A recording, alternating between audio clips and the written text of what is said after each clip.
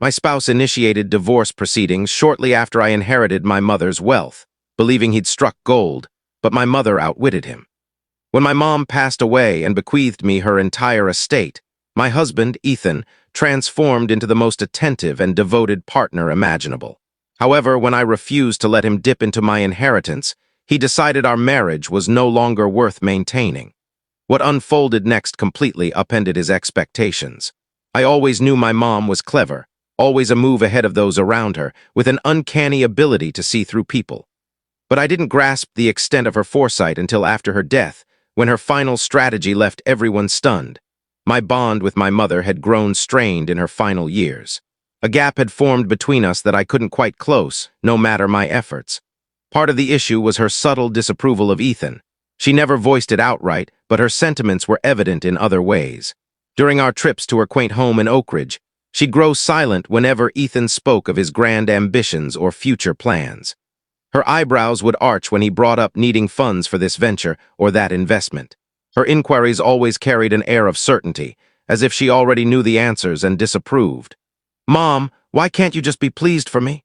I asked her once after a tense family dinner where Ethan had pitched his latest scheme involving tech startups. "I'm thrilled when you're genuinely content, darling," she responded measuredly, placing her tea mug down with care. "I just want you to see the full picture.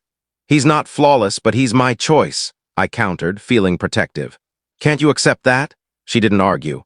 Instead, she gave me that piercing look, one that made me feel she saw strategies I couldn't fathom. It was both maddening and reassuring.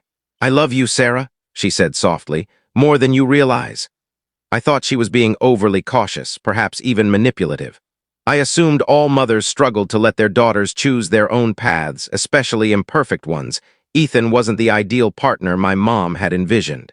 He held a mid-tier job at an advertising agency, drove a worn-out Toyota Corolla, and had a knack for ordering the priciest dish when someone else was footing the bill. But he made me smile, remembered my anniversaries, and brought me soup when I was unwell. Wasn't that sufficient? In hindsight, I see my mom saw through his charisma to a truth I was too innocent to notice. She knew money would reveal Ethan's true character, and she was preparing for that moment long before I sensed it approaching. When my mom passed suddenly from a cardiac event at 61, I was utterly heartbroken. The loss struck deeper than I'd anticipated. We had unresolved conversations, too much distance that could never be bridged now. I regretted every disagreement and every time I'd prioritized Ethan's feelings over time with her. Our last argument had been about Christmas plans. Ethan wanted to visit his cousin in Denver instead of staying local with Mom. I'd sided with him, and now I'd never share another Christmas with her. The funeral was poignant yet devastating. Mom's coworkers from the financial firm where she'd worked for decades shared tales of her generosity and quick humor. Her book group friends spoke of her contagious chuckle and the homemade cookies she always brought to their gatherings. Her Oak Ridge neighbors recalled how she never failed to collect their newspapers during their vacations. Ethan was supportive in those grim days, I'll admit. He managed the arrangements when I was too overwhelmed to function, handled calls from family, and organized the memorial at Mom's house. He even helped pack her possessions, though I noticed his keen interest in her jewelry collection and vintage furniture. "Your mom had impeccable taste," he remarked, tracing his fingers along her cherrywood table. "These pieces are probably worth a lot." I was too consumed by grief to heed his words then, but 3 weeks after the funeral, Mom's attorney called with transformative news. "Sarah, I need you to visit my office," Mr. Thompson said kindly. "We must discuss your mother's estate in person." I met him at his law firm in central Boston the next day. His office, with its polished wood and leather tomes, felt like a place demanding hushed voices. "Your mother left you everything," he said, handing me a hefty folder. "The Oak Ridge house, her investment accounts, her savings, and some assets you likely didn't know about. It's significant." I gaped at the figures on the documents, convinced there was an error. The inheritance totaled over $700,000. "This can't be correct," I murmured. "Mom lived comfortably, but she wasn't rich." "Your mother was discreet about her finances," Mr. Thompson clarified. "She'd been saving and investing for years. She also inherited funds from your grandmother that she never used. She wanted to ensure your security." I drove home in a fog, the folder of papers on my passenger seat like a hidden explosive. How was I to process this? 3 weeks prior, I was mourning my mother's death. Now I was grappling with financial security for life. But what shocked me most wasn't the wealth itself. It was Ethan's reaction when I shared the news. Initially, Ethan seemed sincerely supportive. "Sarah, this is incredible," he said, enveloping me in an embrace. "Your mom always knew your strength. She wanted you to be secure. You deserve this." His response felt authentic, and I was relieved, having feared how such wealth might alter our dynamic. But within days, Ethan began proposing ways to spend it. "You know what we should do," he said one morning over breakfast, spreading jam on his bagel with fervor. "Maybe it's time to upgrade your old Subaru for something flashier. You deserve a nice ride." "My car's fine, Ethan," I replied, stirring my tea. "I don't need a new one now. But with the inheritance, we could get something amazing, a Mercedes maybe. Or that Audi you always noticed at the dealership?" His eagerness unsettled me, but I dismissed the feeling. Perhaps he was just trying to care for me, helping me navigate this change. Then came the vacation ideas. "I found this stunning villa we could rent in Cape Cod for the summer," Ethan declared a few days later, showing me a rental site on his tablet. "Just us two. Doesn't that sound idyllic? We could take leave from work and unwind." "That sounds costly," I said cautiously. "So what? You can afford it now. We should live a little." The proposals kept flowing: a weekend in Sonoma, season passes to the Red Sox, a membership at the elite golf club his boss frequented. Then came housing suggestions. "We should consider relocating, Sarah," he said over dinner one night. "You've always griped about our cramped kitchen. Let's find a home that truly suits you, a big lot, maybe a pool." Each idea seemed reasonable, but his approach felt off. There was a glint in his eyes when he spoke of spending, a calculating edge that reminded me of how he eyed dessert menus at upscale restaurants. "Ethan, I need time to think this through," I told him. "It's a lot of money and I want to be prudent." "Prudent?" he asked, his fork halting midair.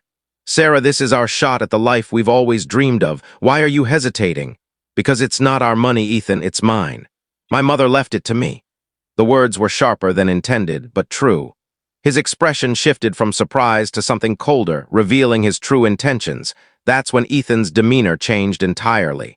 The warm, supportive husband vanished, replaced by a stranger. He stopped bringing me tea in the morning, a ritual he'd maintained throughout our 9-year marriage. He stopped asking about my day after work. The compliments about my strength and deserving the inheritance ceased.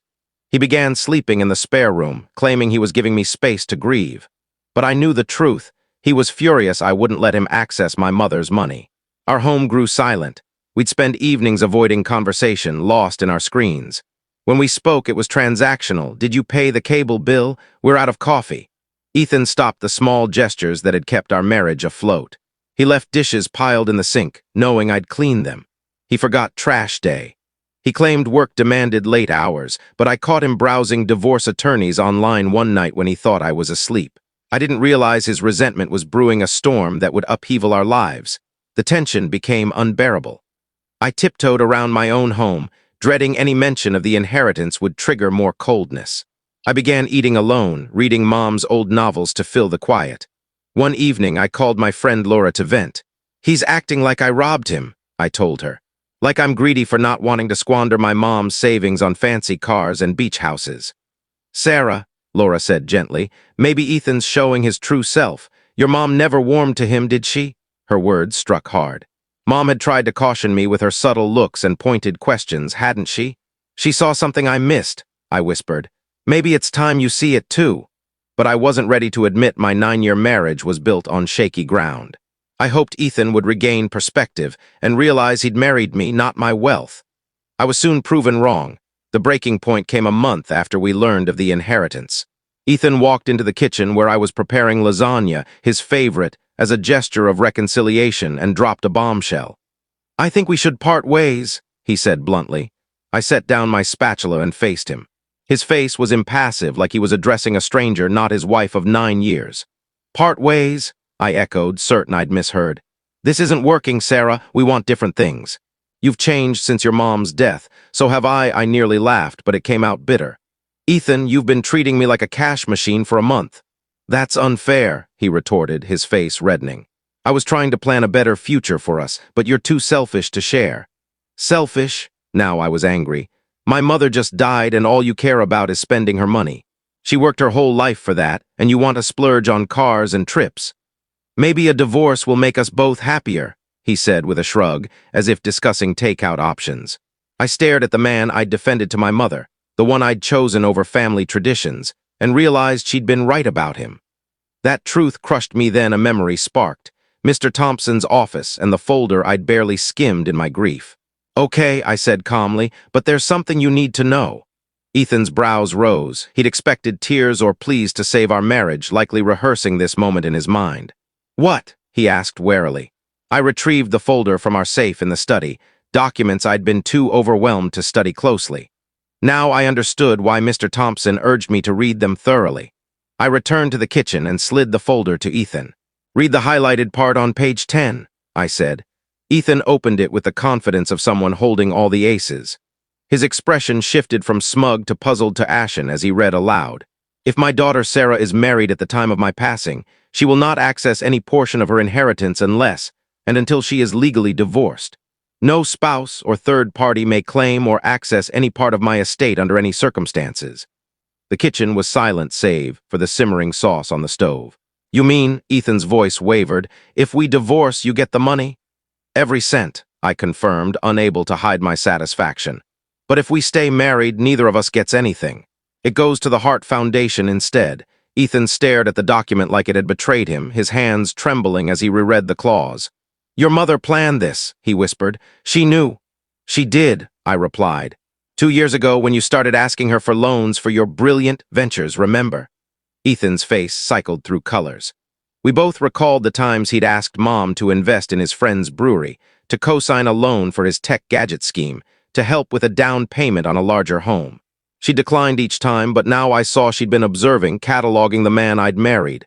"She trapped me," Ethan stammered. "She protected me," I corrected. "There's a difference." Ethan sank into a chair, head in hands. "But I already spoke to a lawyer. He said spouses get half of marital assets." "Not conditional inheritance," I said calmly. "Mom's attorney ensured that. She studied Massachusetts divorce law to make this airtight." "So if I divorce you, I get nothing?" "Nothing," I confirmed. "And if I divorce you, I get everything Mom meant for me." Ethan's eyes were desperate. "Sarah, I'm sorry. I was just excited about the future. We don't have to divorce. We can fix this." But it was too late. I'd seen his true nature when money was at stake, watched him treat our marriage like a transaction, felt his affection vanish when I denied him access to the funds.